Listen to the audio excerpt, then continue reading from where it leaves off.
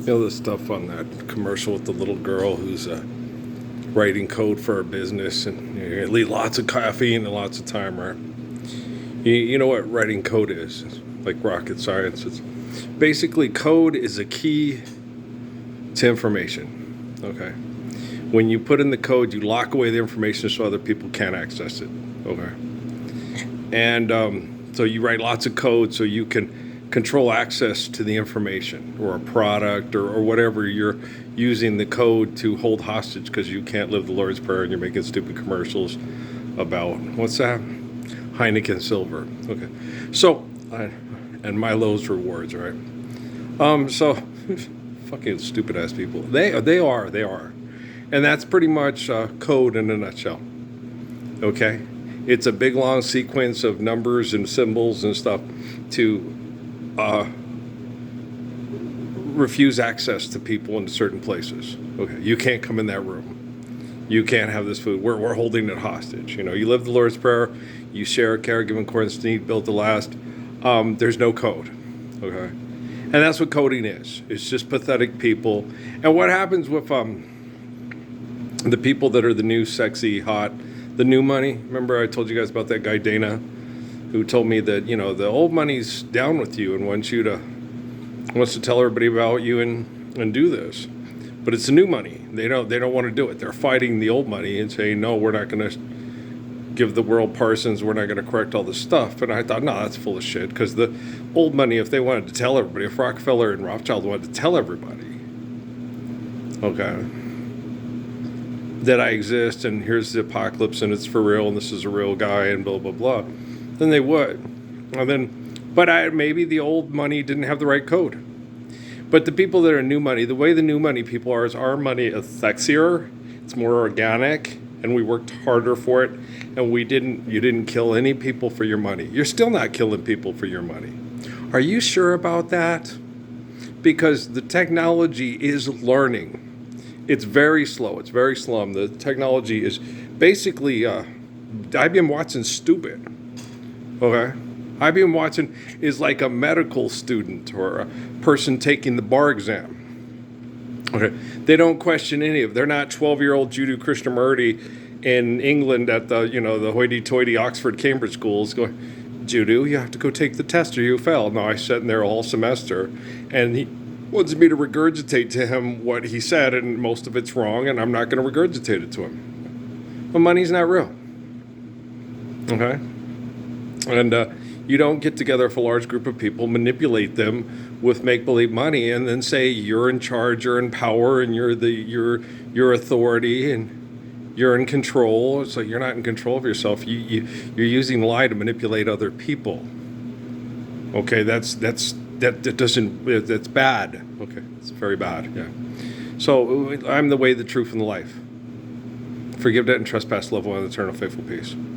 Okay, if Mr. Rothschild and Mr. Rockefeller wanted all their young up-and-comers of the next generation of surveillance and espionage to sit there and go, hey, accept Parsons and let's end all this shit.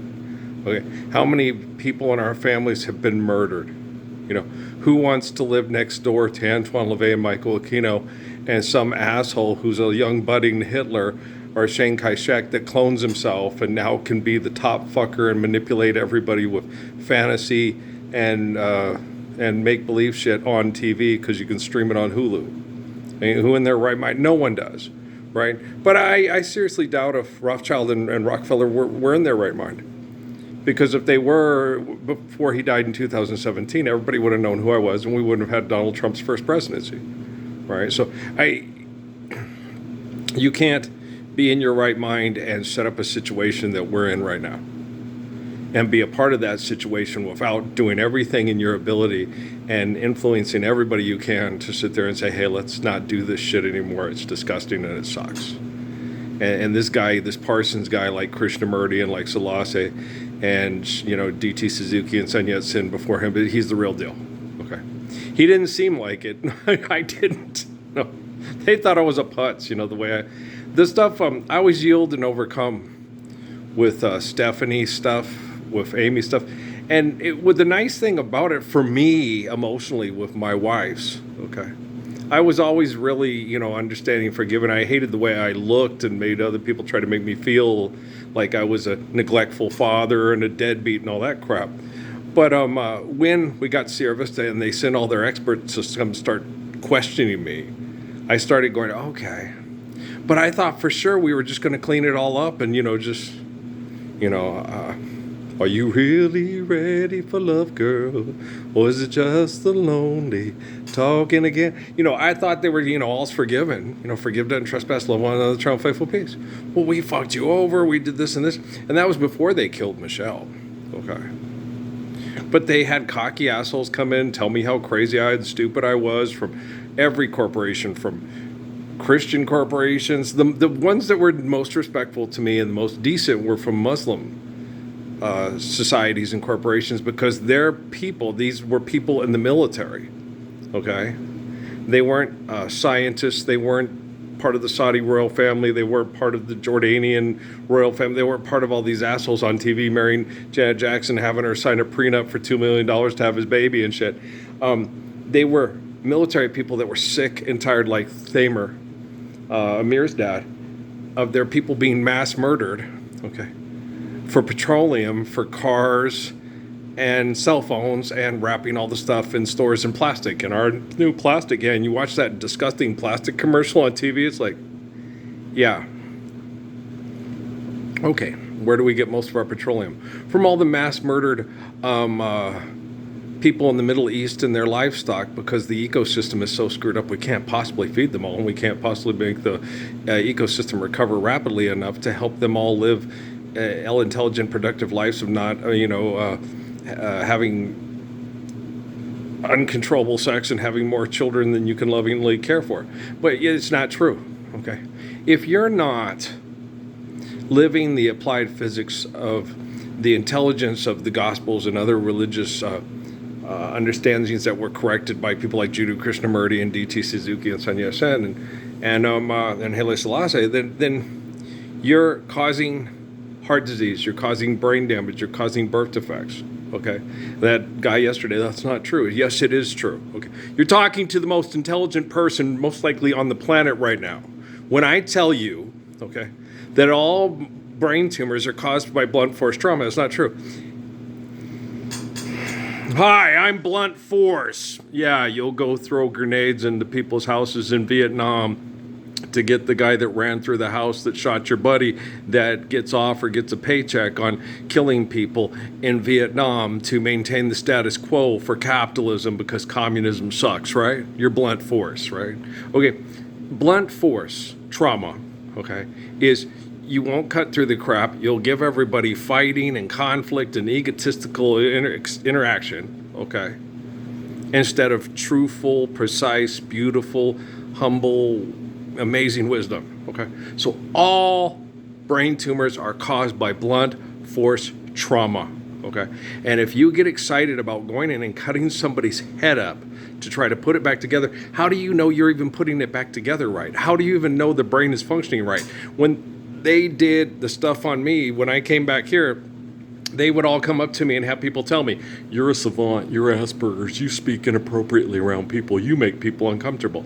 They're mass murdering people with bad science projects, and people need to know, I want to make people uncomfortable. I want them to understand you shouldn't be comfortable while you are being manipulated by corporations with a bunch of psychopaths that are mass murdering people in bad science projects, right?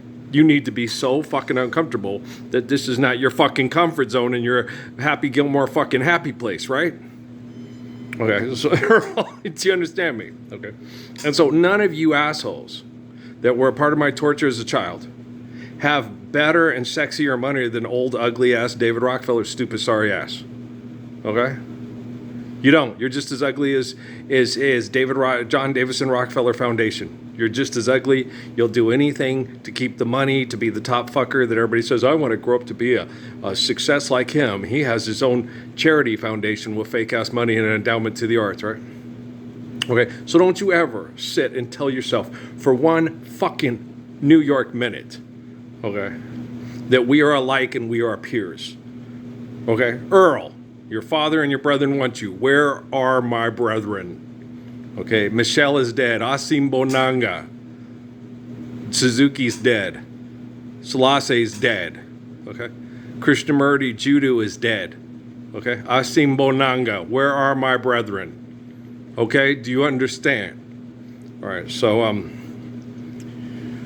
broken silence is what I dream. Who has the words to bridge the distance between you and me? All right? One of my favorite groups in college. Okay. But you guys, that was a long time ago when we were all stupid and conditioned to be stupid and taught to accept stupid because Judah Krishnamurti and the catalog of Haile Selassie had been corrupted and D.T. Suzuki weren't household names. People didn't know who they were, didn't have them in school. I remember telling Al Gibson that when he gave me Judah Krishnamurti, he's like, they would have gave me this guy in elementary school. My life would have been a hell of a fucking fight a lot easier. It would have been easier to teach my basketball coaches not to abuse me for being more intelligent than them. Okay. It would have been easier. Yeah, I would have been, okay, I'd do it this way. Okay, it's working. Yeah, you know, like I used to do with my ex-wife and tell my mom the idea, and then my mom would tell her, and then she'd come and tell me what a great idea she had. Like that, yeah, like that, you know. So, okay, guys, I love you very much. And keep showing me that ass. You know I have to kick it. If you can, stand up for the Lord's Prayer right now.